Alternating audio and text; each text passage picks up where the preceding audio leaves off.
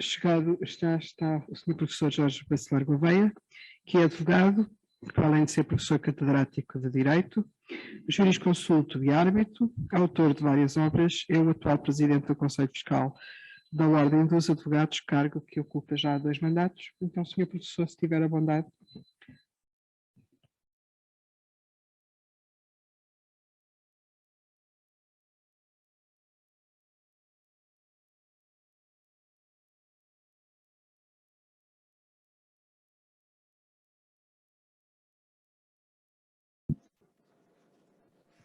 Muito boa tarde a todas e a todos. Um grande gosto aqui estar, bem, neste magnífico Salão Nobre, não na qualidade de Presidente do Conselho Fiscal, qualidade que felizmente vai desaparecer no fim deste ano, porque não me posso recandidatar a este cargo, pelo menos no próximo mandato, mas nesta iniciativa muito louvável e para a qual fui convidado e que aceitei imediatamente, promovida pela Associação de Advogados Sem Fronteiras de Língua Portuguesa, e com o tema Ucrânia e outros conflitos bélicos, refugiados, direito internacional e crimes de guerra. E, portanto, além de cumprimentar a todos os que aqui estão, também aqueles que nos acompanham de uma forma telemática, a boa herança da pandemia que nós conquistamos, mas também em particular gostaria de cumprimentar o Sr. Presidente desta direção, o Dr. Jerónimo Martins, e a Sra. Vice-Presidente, a doutora Isabel Silva Mendes, portanto, também além de mais ilustres colegas desta simpática organização que se chama Ordem dos Advogados, e também gostaria de cumprimentar a Sra. Embaixadora Ina Onivete, da Embaixadora da Ucrânia, e também o Timóteo Macedo, da Associação de Solidariedade Imigrante. E peço desculpa de ter chegado só agora, que já estava combinado, mas tive, de facto, uma iniciativa no almoço de tertúlia de uma associação de que sou presidente, do OSCOT, em que esteve presente o Ministro da Administração Interna, e, portanto, julgo que já estava devidamente desculpado, e realmente só pude chegar a esta hora, o almoço terminou realmente há poucos minutos.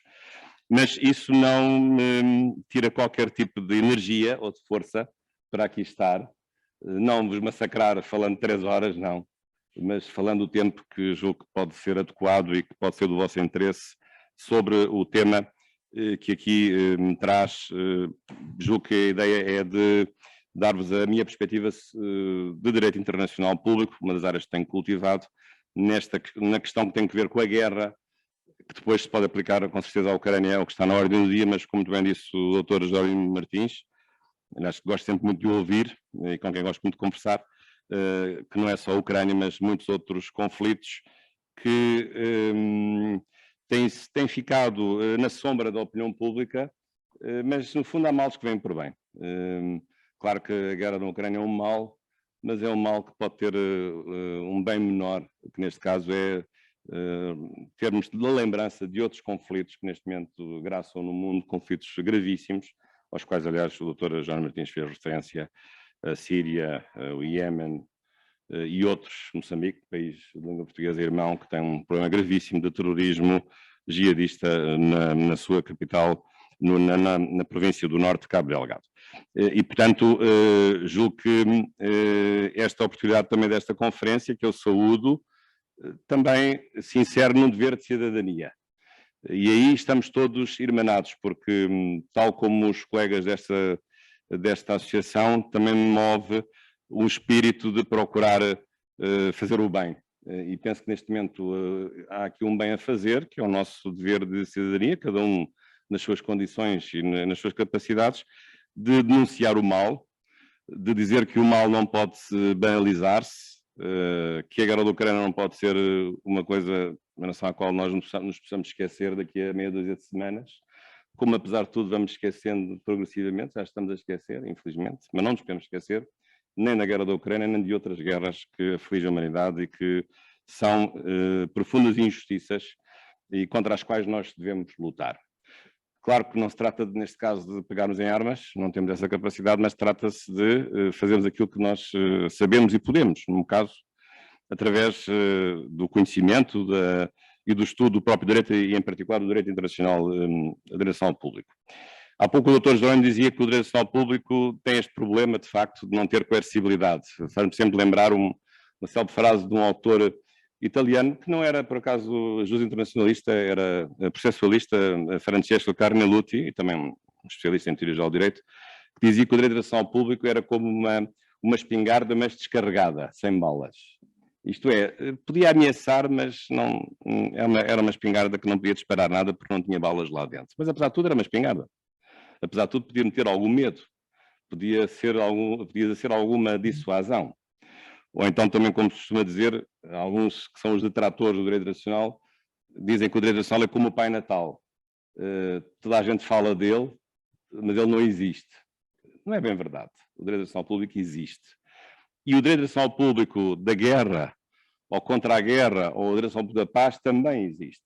Embora, evidentemente, sem as características de outros setores do direito internacional e obviamente, com maiores vulnerabilidades do que o direito estadual. Mas, portanto, é sobre isso um pouco que eu vos quero falar, uma perspectiva sobre o direito internacional que se aplica neste contexto que nós estamos a viver, portanto, um contexto geral não particularizado necessariamente na Ucrânia, mas tem a ver realmente com a questão da guerra. Aliás, a guerra é uma coisa tão grave que os intelectuais e os políticos e os juristas até já entram num eufemismo, porque no direito internacional já nem se fala em guerra, fala-se em uso da força. É uma coisa mais liofilizada, não é? Dá a ideia que é uma coisa que já não é tão grave, ou então, pior do que isso, faz lembrar aquelas senhoras que não sabem limpar a casa e varem para debaixo do tapete os resíduos do chão da casa. Ou seja, não querem dar os verdadeiros nomes às coisas. A guerra é mesmo uma guerra, não é uso da força, é a guerra. Portanto, quem diz que a guerra é uso da força está a liofilizar, está a esconder a gravidade daquilo que temos em diante. É verdade que pode não ser só essa explicação, uma outra explicação no sentido da força ser mais amplo do que o conceito estratégico no âmbito da teoria geral da guerra, porque a guerra depois pode ter várias modalidades, e sobretudo agora é uma ciberguerra, que ainda é uma outra dimensão mais recente, mas de facto devemos dar os nomes às coisas, aquilo que elas têm, de acordo com a natureza que elas têm. O nome deve estar de acordo com a coisa. E aqui a coisa é uma coisa muito grave, é de facto a guerra.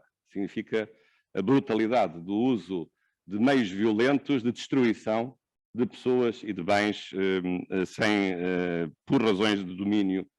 Depois, enfim, há muitas causas da guerra, desde guerras religiosas a guerras de conquista territorial, essas são as mais conhecidas, o Império Romano, as guerras napoleónicas, de domínio político, tudo isso, há muitas razões, guerras económicas, mas hoje, de facto, o mundo não suporta mais guerras e, felizmente, que o direito internacional tem um conjunto de princípios e de normas que enquadram o exercício e enquadra a limitação do uso da força. Mas a guerra é um tema de sempre, mas como tema jurídico ela só aparece a guerra no século XX, porque até o século XIX, e houve muitas guerras, claro, até o século XIX, era um tema que era sobretudo tratado numa perspectiva moral e religiosa, ou até uma perspectiva política. Bem, na perspectiva política era tratado da forma mais simples que há. O direito de fazer a guerra é um direito dos Estados, ponto final. Portanto, um Estado, para ser Estado, tem que ter o direito à guerra, o chamado jus belli. E acabou-se a conversa. E, portanto, o Estado tanto é um Estado doce e amigo que tem o direito de estabelecer relações diplomáticas, como é um Estado invasor, um Estado agressivo, que se deve superiorizar pela capacidade de esmagar o inimigo ou esmagar o vizinho. Portanto, temos os dois polos do direito, o jus legacione, o direito de estabelecer a amizade de relações diplomáticas e consulares, como temos o outro extremo, o direito de esmagar o inimigo ou o vizinho através do chamado jus belli. Embora, digamos, até ao século XIX a questão juridicamente e politicamente era aceita sem pestanejar, embora do ponto de vista moral e religioso vários autores foram fazendo referências importantes à restrição do uso da força e do uso da guerra. Aliás, Santo Agostinho, num célebre livro, talvez o menos teológico de todos que ele escreveu já agora, embora o mais interessante seja as Confissões, mas Santo Agostinho, no século IV, escreveu um livro muito importante, aliás traduzido e publicado pela Fundação Klaus Gulbenkian, em que aborda precisamente este tema dos limites morais e religiosos ao uso da força, a cidade de Deus. São 3 volumes, vale a pena ler esse livro. Não sei se junto às ondas salsas ou mar salso da praia, é capaz de não ser muito conveniente, mas de facto vale a pena ler esse livro com mais calma. E, portanto, o próprio São Agostinho, já no século IV, estabelecia limites ao uso da guerra, do ponto de vista moral, do ponto de vista teológico, um pouco. E a mesma coisa também em São Tomás de Aquino, agora já reportando a um tempo já de Idade Média, também na Suma Teológica faz várias referências de limites ao uso da força. Como mais tarde também o Grócio, ou também talvez o principal autor, Immanuel Kant, que no século XVIII, aliás, autor daquela famosa cidade que agora está encravada entre a Lituânia e a Polónia, porque na altura a Alemanha chegava aí, a Prússia, Kaliningrado, ele na altura chamava-se Königsberg, portanto filósofo Königsberg, grande filósofo, um dos maiores desde a história, desde sempre, mas o próprio Immanuel Kant teria a oportunidade de escrever vários textos muito bonitos, não só sobre a filosofia do direito, embora ele tivesse, como sabe, a especialidade dele era a axiologia e, sobretudo, a teoria do conhecimento, a filosofia do conhecimento, mas também escreveu uns quantos livros, a Metafísica dos Costumes, e um pequeno livro sobre a paz perpétua, em que ele preconizava certos requisitos para que houvesse paz no mundo. Portanto, é um pouco aquela ideia dos enciclopedistas do iluminismo, a ideia de que basta pensar e raciocinar que nós vamos conseguir resolver um problema. Então, vamos lá ver o que é preciso para termos a paz no mundo. Então, Manuel Kant toca de escrever um livrinho, um pequeno livro com 70 páginas, sobre a paz perpétua, estabelecendo os requisitos, os pressupostos dessa paz. Claro, como imaginam, não teve grande sorte, porque no século XX teríamos 2 guerras mundiais. Mas, de toda a maneira, esses pressupostos da paz perpétua de Immanuel Kant hoje acabam por ter eco, porque até se diz, e isso é um discurso recente no âmbito do direito de ao público, até se diz que agora há direitos fundamentais ou direitos humanos de quinta geração, a primeira geração, os direitos liberais, a segunda geração, os direitos económicos e sociais, aliás, o Estado Social, a terceira geração, os direitos ao ambiente, ou direitos à privacidade, portanto, anos 60, os direitos de quarta geração, os direitos das minorias, religiosas, étnicas, linguísticas ou de orientação sexual, e agora o direito de quinta geração, como o direito à água, por exemplo, ou o direito ao oxigênio, ou recursos naturais, mas também o direito à paz. O direito à paz hoje aparece em muitos manuais já como um direito de quinta geração e precisamente tem como base filosófica, mais filosófica do que jurídica, precisamente esta obra de Immanuel Kant sobre a paz perpétua, e há vários juízes internacionalistas e juízes constitucionalistas que defendem de facto um novo direito humano, o direito à paz. Aliás, nem sequer é uma matéria meramente doutrinária, porque as Nações Unidas tiveram a ocasião de aprovar vários textos, aliás, um texto aprovado em 12 de novembro de 1984, ainda muito antes da guerra da Ucrânia ou de outras guerras, precisamente a declaração do direito dos povos à paz, pela resolução 3911. E depois, mais tarde, o Conselho de Direitos Humanos também aprovaria a declaração do direito à paz, em 24 de junho de 2016, ou a própria Assembleia Geral das Nações Unidas, em 19 de dezembro de 2016, esse mesmo ano, também a Declaração do Direito à Paz. Portanto, hoje já se fala num direito à paz como se fosse como o direito à liberdade, ou o direito de reunião, o direito de manifestação, o direito à saúde, ou o direito à cultura, portanto, um direito à paz. As pessoas, os cidadãos do mundo, porque as pessoas também são sujeitos de direito internacional, têm um direito a exigir dos Estados, têm o direito de viver em paz. Portanto, em viver num mundo que não tenha guerras. Bom, mas essa é uma concepção, muitos dizem kantiana porque utópica, com base nesta ideia da paz perpétua, mas ainda assim é uma ideia que vai fazendo o seu caminho, porque precisamente se até ao século XIX não havia limites jurídicos ao uso da força, ao uso da guerra, esses limites começam a aparecer no século XX. E nós estamos hoje num paradigma de uso da força que foi definido pela Carta das Nações Unidas, com a assinatura do tratado que criou as Nações Unidas em 26 de junho de 1945, mas até esse momento houve três outras fases que também contribuíram para uma limitação e uma proibição geral do uso da força. O primeiro momento foi na Conferência da Haia de 1907, em que pela primeira vez se disse que os Estados não podiam usar a força ou a guerra para fazer cobrança de dívidas contratuais, portanto, os exércitos não podiam fazer o lugar dos agentes de execução para fazer cobrança de dívidas entre Estados, era uma boa ideia, de facto, de 1907, foi a primeira vez que os Estados aceitaram do ponto de vista jurídico não usar a força para fazer cobranças de dívidas de outros países que fossem devedores em relação aos credores, portanto já foi um começo importante.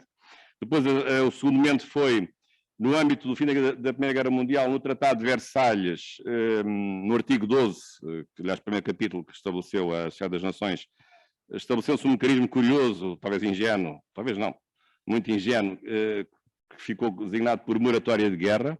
Isto é, sempre que houvesse um conflito militar, os países aceitavam que não o desencadeariam sem que tivessem transcorrido 3 meses que estivessem à espera de que houvesse uma solução pacífica. Não sei se estão a perceber, quando se declara a guerra não se faz um pré-aviso de 3 meses para declarar a guerra. Bem, mas está lá escrito, não estou a inventar nada, está lá, artigo 12 do Pacto da Sociedade das Nações, primeiro capítulo do Tratado de Versalhes, que criou, aliás, a primeira grande organização internacional de fins gerais e política, aliás, antecessora das Nações Unidas. Mas, portanto, não deixa de ser interessante que os países passarem a aceitar, a partir desse momento, a limitação do uso da força nesses termos. Depois houve um terceiro momento menos conhecido, o Tratado do Bergen-Kellogg, até que chegamos ao quarto momento, que é o atual, em que, com a Carta das Nações Unidas, a guerra passa a ficar proibida, a guerra, digamos, unilateral e ofensiva, está proibida. A guerra só é legítima se for autorizada pelo Conselho de Segurança das Nações Unidas, mal ou bem é isso que está lá. Sabemos que isso tem os problemas relacionados com a falta de representatividade do Conselho de Segurança, sobretudo dos seus membros permanentes. São 5 que ficaram assim na Segunda Guerra Mundial, mas hoje o mundo evoluiu muito e há muitos outros países que também podiam ter um estatuto de membros permanentes do Conselho de Segurança, sobretudo porque esses membros têm o chamado duplo veto, um direito de veto em relação às questões substanciais e, portanto, podem muitas vezes bloquear as liberações que não sejam do seu interesse, aliás, como aconteceu em relação precisamente à questão da Ucrânia, já agora por parte da Rússia. E por parte da China também, não só por parte da Rússia. Mas, portanto, o paradigma hoje é o de que a guerra ofensiva está proibida e a única coisa que é possível, ou essa guerra é permitida numa lógica das Nações Unidas e autorizada pelos seus órgãos competentes, portanto, normalmente o Conselho de Segurança, a título excepcional pode ser a Assembleia Geral, se o Conselho de Segurança estiver bloqueado, no que respeita a deliberações a tomar numa matéria, e o que fica é apenas um direito de legítima defesa, ao abrigo do artigo 51 da Carta, contra qualquer ataque armado. Portanto, é este digamos, o desenho atual, que poderão achar que é também um desenho longínquo da realidade. É verdade, tem havido muitas guerras ilegais, violadoras do direito internacional, mas se nós, apesar de tudo, olharmos para o Golfo, pelo menos em 10 anos, apesar de tudo, houve uma guerra que correu bem, porque foi legítima, e outra que realmente não foi legítima. Pelo menos no seu início, a primeira guerra do Golfo, lembra-se, foi a guerra que resultou da anexação do Kuwait pelo Iraque. Portanto, um país foi engolido por outro país. Essa guerra foi autorizada pelo Conselho de Segurança, e em poucos meses o Kuwait foi libertado. Mas já a Segunda Guerra do Golfo, portanto, aquela que foi feita sob o comando e orientação dos Estados Unidos no tempo de George Walker Bush, essa não teve o consentimento do Conselho de Segurança, embora os Estados Unidos tivessem utilizado um argumento de legítima defesa preventiva para antecipadamente poder esconjurar o fabrico e depois a sua posterior utilização de armas de destruição maciça por parte do Iraque, armas, aliás, que na verdade não foram encontradas. Mas, portanto, tem havido conflitos, com certeza, conflitos que não estão de acordo com o direito internacional, é verdade, mas o direito internacional tem vindo a evoluir no sentido de poder estabelecer regras que proíbem o uso da força e sobretudo, o direito internacional hoje nega a existência de um jus belli. Isso acabou. Esse jus belli ficou no século XIX. O século XX é a história, uma boa parte da história do século XX é a história da redução progressiva até à sua eliminação de um jus belli, e apenas fica de pé, do ponto de vista da intervenção unilateral dos Estados, um direito de legítima defesa, ou um direito de queixa internacional contra o uso ilegal, antijurídico da força.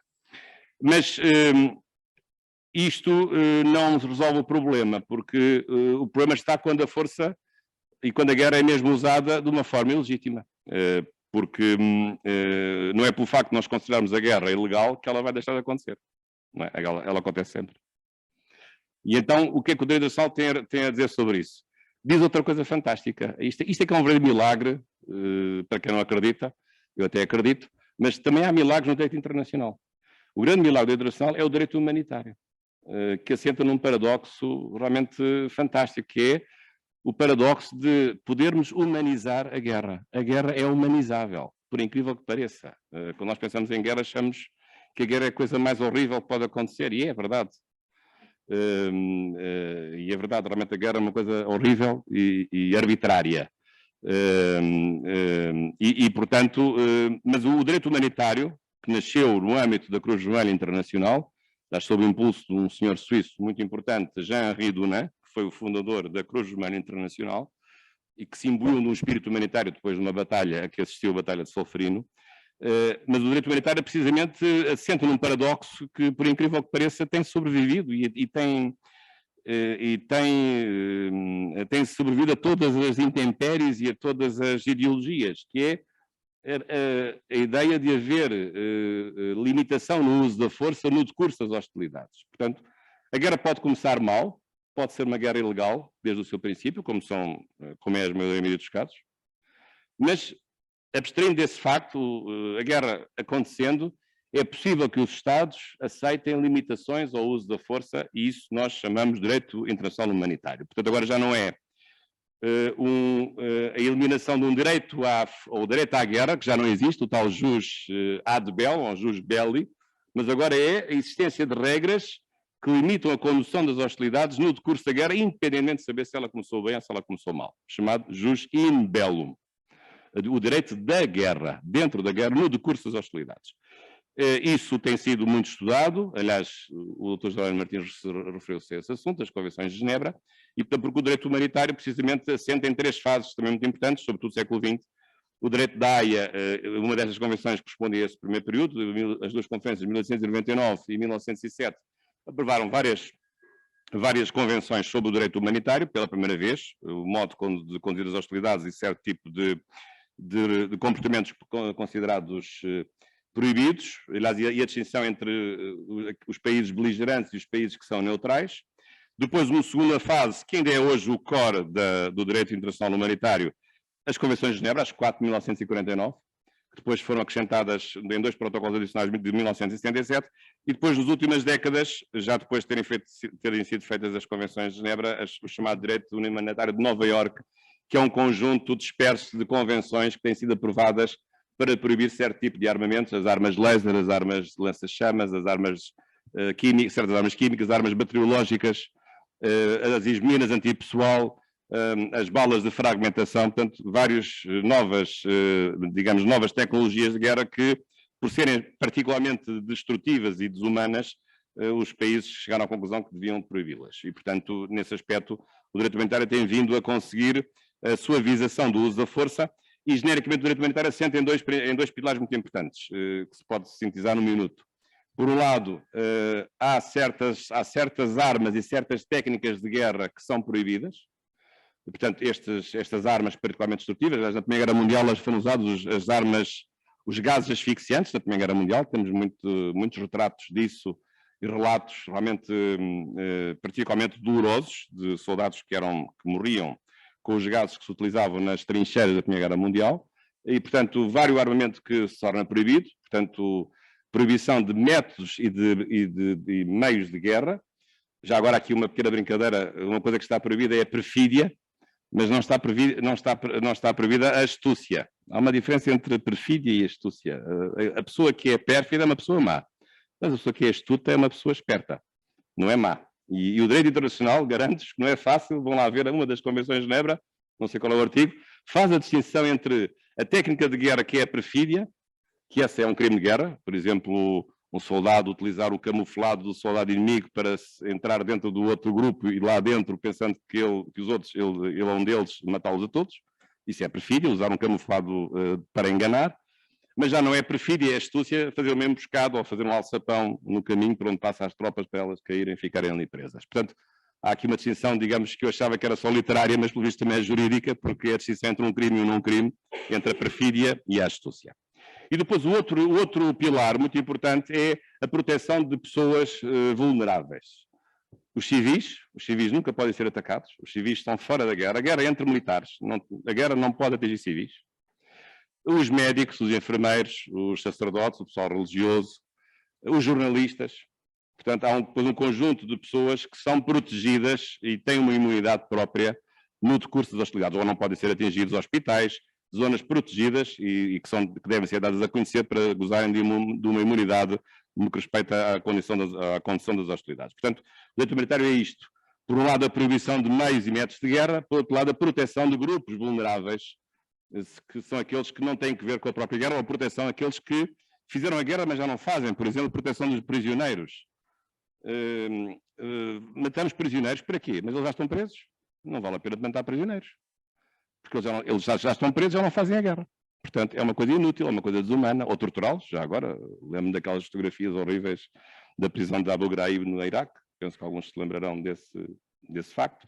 Isso é o que se sabe, fará aquilo que não se sabe, que aconteceu certamente. Portanto, a proteção dos prisioneiros de guerra, proteção dos feridos. Já agora, o direito internacional humanitário também é humano em relação aos mortos, porque os mortos também têm direitos. Têm os direitos a ser enterrados com dignidade. Que não sejam valas comuns. Que sejam enterrados com dignidade e com respeito pela sua memória e pela sua identidade. Também é um direito que está lá nas convenções de Genebra. E para terminar, a guerra pode existir, pode começar mal, a guerra é ilegal, mas deve obedecer a certas regras. Hoje, aliás, os países, praticamente quase todos, ratificaram as convenções de Genebra, estas que eu estou aqui a referir, estas e outras posteriores. Aliás, é o setor do direito internacional em que há o maior número de ratificações. E, portanto, é espantoso ver como os países, até as grandes potências, que querem fazer a guerra livremente, mas acabaram por ratificar as convenções de Genebra. Não deixa de ser impressionante. Claro que uma coisa é ratificar, outra coisa é cumprir. São duas coisas distintas. Mas lá que esses países ratificaram, não sei se é para ficar bem na fotografia, talvez seja, mas já não é mau. Mais vale ficar na fotografia do que não ficar em lado nenhum. E ficando na fotografia, depois sempre se pode puxar pelo argumento moral da contradição do comportamento e da imoralidade do seu comportamento, pelo menos na distinção entre aquilo que se diz e aquilo que se faz. Olha para o que eu digo e não olhes para o que eu faço, não é? Isso é muito verdade, sobretudo no direito internacional e também já agora na política, em todos os níveis, incluindo na política nacional. Mas para terminar, a questão do direito, a questão da guerra também hoje tem um outro enquadramento muito importante, aliás também fez referência a isso o Dr. João Martins, que é a questão de, sendo tão grave a violação do direito humanitário, e estas regras, estes costumes, que há muitos costumes também, e sobretudo regras de tratados, a sua violação é tão grave que deve ser considerada como um crime. Um crime. Hoje temos um tribunal permanente, o Tribunal Penal Internacional, que está a funcionar desde 1 de julho de 2002, criado por um tratado internacional chamado Estatuto de Roma, de 98, e esse tribunal, aliás que na verdade são vários tribunais, porque é um tribunal de julgamento, um tribunal de recurso, um tribunal de execução de penas, mas esse estatuto, na verdade, cria um novo direito internacional que estabelece jurisdição em relação a dois grupos de crimes. Por um lado, os crimes de guerra, todas as violações destas normas que eu acabei de referir, direito humanitário, quer as que proíbem métodos e meios de guerra, quer as que proíbem atacar alvos civis ou pessoas protegidas, tudo isso significa crimes de guerra. Portanto, as notícias que nós vamos vendo de ataques às pessoas, a maternidades, a hospitais, a execuções de civis, coisas assim, torturas, tudo isso é considerado um crime de guerra que está neste estatuto, está lá, aliás, com variedíssimas linhas e muitíssimo pormenorizado, mas também este Estatuto de Roma, que criou o TPI, estabelece como crime internacional não apenas os crimes de guerra, mas também os crimes contra a humanidade, que podem ser cometidos durante a guerra, mas também podem ser cometidos fora da guerra. Aliás, este Estatuto de Roma e o TPI é a consequência tardia, mas mais vale tarde do que nunca, daquilo que já devia ter sido feito há muito tempo. Porque todo o século XX também, além da questão do desenho do direito humanitário, foi um tempo em que se discutiu muito a existência ao nível internacional, mas não havia, realmente há umas décadas, não havia maturidade para isso, a existência de uma instância judicial criminal internacional que estivesse acima da manipulação dos Estados.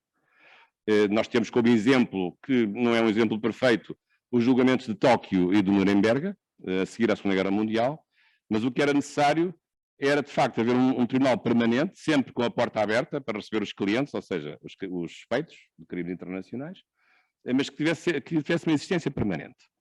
Isso só se conseguiu em 98, com a entrada em vigor em 2002. Não sem que antes, duas grandes tragédias, e mais algumas que não foram devidamente atendidas, mas duas grandes tragédias da década de 90. Os 200 mil mortos na Bósnia-Herzegovina, não é verdade? Por muitos sérvios. E, por outro lado, pior ainda, em África, no Ruanda, 800 mil tutsis que foram assassinados por dirigentes da tribo dos Hutus. Portanto, mas só depois de ter havido estes dois pequenos acontecimentos, 200 mil mortos às portas de Viena e 800 mil mortos na zona dos lagos, no belo continente africano, é que de facto as Nações Unidas acordaram.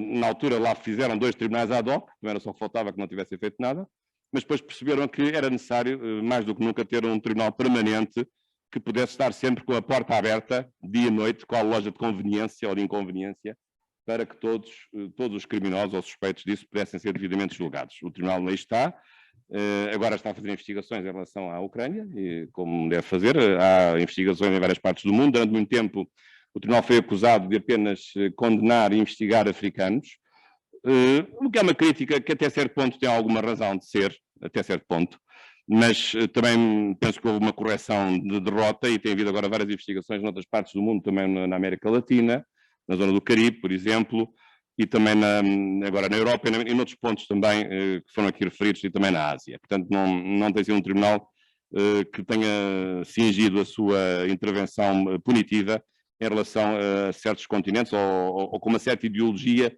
que às vezes é isso que é transmitido por certos países, que é uma ideologia que é ditada pelo capitalismo ou as grandes potências que entendem que esse tribunal apenas deve punir certos países e não outros países. Pode ser verdade até certo ponto, mas julgo que tem havido a preocupação de emendar esse caminho. Mas, portanto, o direito administrativo penal, ele aí está, ele não é perfeito. Os crimes podem ser punidos com uma pena de até 30 anos ou a pena de prisão perpétua. E este tribunal não é um tribunal prioritário. Primeiro os países devem julgar, mas se não puderem julgar ou não quiserem julgar, então aí intervém o TPI como um tribunal com jurisdição complementar ou subsidiária. Portanto, Portugal pertence ao TPI. Aliás, todos os países da Europa integram o TPI. Infelizmente, o TPI não tem no seu seio as grandes potências, os Estados Unidos, a Rússia e a China. Mas embora os Estados Unidos até tivessem participado nas negociações, na altura não assinaram, mas depois mais tarde Bill Clinton acabou por assinar por o sistema de assinatura diferida o próprio Estatuto de Roma, mas depois com George Walker Bush ele veio dizer definitivamente que não ratificaria o Estatuto de Roma que criou o TPI. Mas, portanto, há aqui muitos passos a dar, mas esta é que é, no fundo, a riqueza e a dificuldade do direito internacional.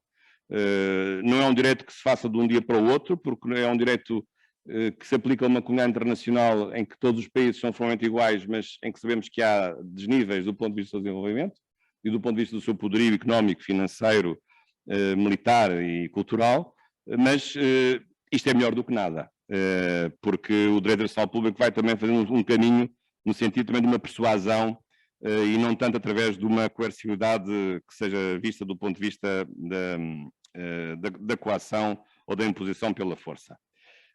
Portanto, as respostas existem. Aliás, o TPI também teve um efeito colateral positivo, não negativo, nos Estados, porque no caso português isso foi evidente. Quando Portugal ratificou o Estatuto de Roma, também modificou o seu Código Penal e criou uma lei penal específica para os crimes que passaram a ficar previstos no próprio TPI, porque não tínhamos. E, portanto, todas as violações do direito humanitário, embora Portugal tivesse ratificado as Convenções de Genebra, acabaram por estar consagradas numa lei autónoma, numa lei de 2003, precisamente que consagra uma série de crimes por violação do direito internacional humanitário. Alguns desses crimes passaram a estar inscritos no Código Penal, outros são uma lei, que fazem parte de uma lei autónoma, que normalmente até vem nas compilações como uma lei anexa ao Código Penal, a lei que estabelece os crimes de violação do direito internacional humanitário. Portanto, os Estados têm aqui uma responsabilidade. Aliás, estes crimes, como são muito graves, fogem à regra do direito penal. Sabem que a regra do direito penal é de que a competência judicial é definida em função do lugar da prática do facto. Nos crimes internacionais não é essa a regra. É a regra da competência universal. E, portanto, cada país pode declarar-se competente para julgar qualquer crime internacional de guerra ou contra a humanidade, independentemente do lugar da prática do facto. Nem que seja lá na Nova Zelândia, ou na Antártida. Na Antártida é capaz de ser difícil. Ou na América Latina, ou no Alasca.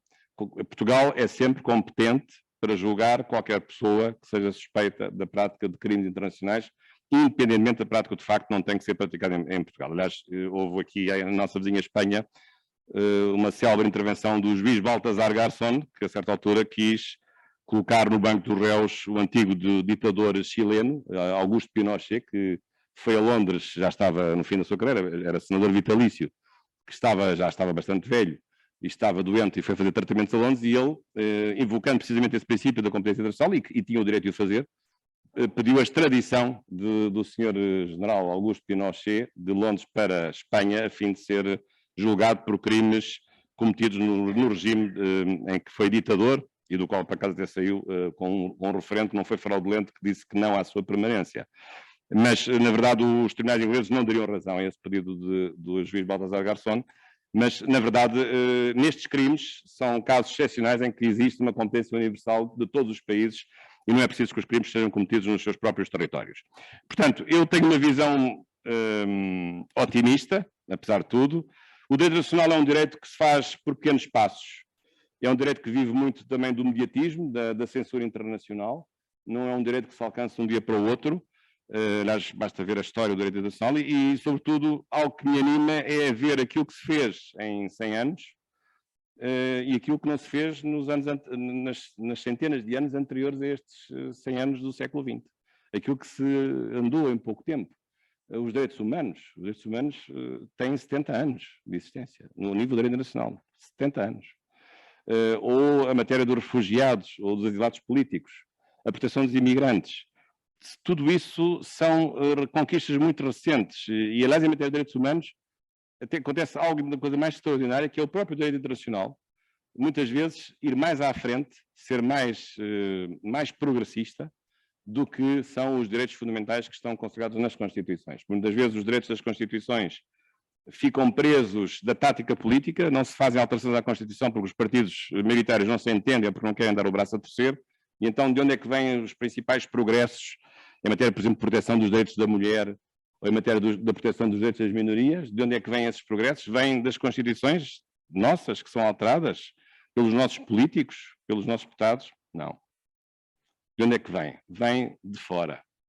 Vem das convenções internacionais, seja no âmbito das Nações Unidas, seja no âmbito do Conselho da Europa, aqui na Europa ou da União Europeia. Portanto, muitas vezes o impulso, infelizmente, vem de fora para podermos aperfeiçoar a proteção dos direitos humanos. E, na verdade, há uma ligação, e termino, há uma ligação entre o direito, entre a guerra e os direitos humanos, porque precisamente, e o direito internacional penal, porque precisamente a incriminação da guerra, na verdade, reforça o direito à paz. Porque sem a tutela dos tribunais a punir os senhores da guerra, nós temos menos paz. E, portanto, o modo de chegar à paz é também através da intervenção da tutela judicial que incrimina essa gente selvagem para conseguirmos a paz. Muito obrigado e parabéns pela vossa iniciativa.